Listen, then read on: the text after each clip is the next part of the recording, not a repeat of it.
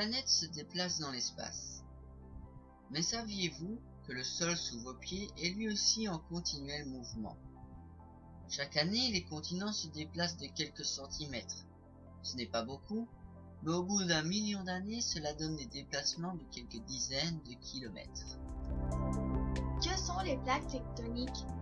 Pour expliquer cela, je dois vous rappeler que le centre de la Terre est constitué d'un noyau de fer et de nickel chaud à 6000 degrés. Plus loin, on trouve le manteau externe, qui est à environ 4000 degrés, et la croûte à 0 degré. Mais il y a bien un moment où le magma devient semi-solide, voire solide. Et ce moment est entre le manteau et la croûte. Et c'est ce que l'on appelle plaque tectonique, dans le langage courant. Leur nom plus scientifique est plaque lithosphérique. Pourquoi il y a plusieurs plaques? On prend souvent l'exemple du puzzle pour illustrer. Ce moyen de les expliquer montre le fait qu'elles sont complémentaires, qu'elles s'emboîtent. Cependant, il n'est pas du tout correct de les associer à un puzzle solide et sans aucune autre solution possible. Je vais comparer les plaques à des feuilles de papier mouillé. Imaginez que l'eau c'est du magma. Le magma étant au centre de la Terre depuis sa formation, tourne avec elle. Nous allons donc donner un mouvement de rotation à notre bol. L'eau bouge mais en même temps que le reste du bol. Mais les feuilles de papier ne se cassent pas. Rappelez-vous qu'en réalité c'est du magma composé de liquide aqueux, de roches et autres constituants. Donc, dans ces rochers qui se heurtent, qui créent des remous, des imperfections, mélange le tout plus que cela ne tourne. Dans notre bol, ça donnerait plutôt ça. Nous avons donc ici plusieurs plaques. Mais pourquoi bougent-elles? C'est assez simple. Notre bol étant agité, les plaques bougent. C'est-à-dire que le magma bougeant sous les pièces tectoniques les font bouger. Exemple encore plus simple, un bateau sur l'eau. Ceci est le magma et ceci les plaques. Mais dans tes exemples, il y a des espaces entre les plaques, pourtant pas sur Terre. C'est parce que toutes les plaques lithosphériques n'ont pas la même chaleur. Regarde, ces trois bouts-là forment ces trois plaques-ci. Mais juste en dessous, il y a encore des couches de magma un peu plus chaudes. C'est notamment pour cela qu'il ne s'agit pas de puzzle, car il y a en fait des pièces très grandes, mais parfois cachées en dessous des autres. Dans un cas concret, c'est le cas pour la plaque indo-australienne, qui passe en dessous de celle d'Eurasie.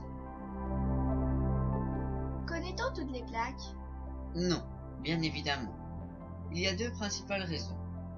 Premièrement, il y en a une infinité, car les fractures, qui sont donc des zones plus liquides, sont très nombreuses et très variées. Il y a les principales que l'on connaît assez bien en général, mais après il y a des fractures plus faibles, qui sont donc plus froides que les précédentes, mais tout de même plus chaudes que le reste du manteau terrestre. Ensuite, même pour les grandes plaques, il y a des limites au matériel scientifique qui permet de les repérer. Donc qui sait, il y a une grosse juste là que l'on n'a jamais remarquée. Que se passe-t-il au niveau des continents lors de ces mouvements?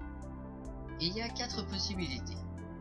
Soit les deux plaques ont quasiment la même masse, alors elles se rencontrent et montent toutes les deux, comme au centre de l'Atlantique, c'est la collision. Ou elles passent en dessous, si elle est plus lourde, c'est la subduction. Ou encore l'expansion, c'est-à-dire qu'elles s'écartent l'une de l'autre, en laissant donc apparaître une nouvelle plaque. Une autre possibilité très rare mais qui arrive, c'est le frottement, comme en Turquie ou aux Caraïbes. Dans ce cas-là, les plaques coulissent l'une à côté de l'autre. Que se passe-t-il au niveau des continents lors de ces mouvements? Pour répondre à ta question, nous allons de nouveau schématiser.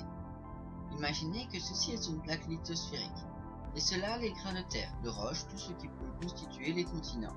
Voici donc une collision. On remarque qu'une chaîne de montagnes s'est créée. Lors d'une expansion, très peu de roches tombent sur cette zone-ci. Il s'agira en général d'une plaine océanique. Une subduction amènera de la terre à un même endroit. Et créera donc une chaîne de montagnes. En plus, il y aura une fosse juste à côté, comme dans les Andes par exemple. Rien de spécifique lors d'un frottement, il y a juste des tremblements de terre de temps à autre. Mais pourquoi il y a des montagnes là où il n'y a pas de fissures tectoniques alors? En Afrique du Sud, par exemple. Déjà, on n'est pas sûr qu'il n'y a pas de fin de plaque à un endroit. En plus, dans le cas du Drakensberg en Afrique du Sud, il est fort probable qu'il y a longtemps la plaque indienne est venue jusque-là, et qu'elle a entre guillemets raclé la terre et déposé le tout en Afrique, avant de repartir. Et les volcans dans tout ça? Ah, les volcans, ce sont un peu les exceptions de l'histoire.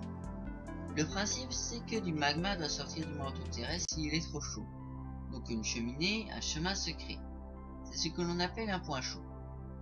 Le point chaud peut se déplacer et perforer la plaque pour sortir, comme à Hawaï par exemple. Mais les points chauds bougent, et vu que le magma est fainéant, il passe par le chemin le plus court, ce qui donne bien l'exemple de Hawaï. Est-ce qu'à la fin de ma vie, la Terre aura un autre aspect géologique? Ah ça non, petite voix. Au cours d'une vie humaine, chaque plaque bouge d'environ 12 cm par an, 2 pour les plus lentes, comme en Sibérie, et 150 pour les fonds marins du Pacifique Est. Tout ça, c'est très lent. Si cette vidéo t'a plu, n'hésite pas à lâcher un pouce bleu. Si ce style de vidéo t'intéresse, n'hésite pas à t'abonner. Plus j'aurai d'abonnés, plus j'aurai l'envie de faire une vidéo bien faite et structurée. A bientôt, peuple de la planète Terre.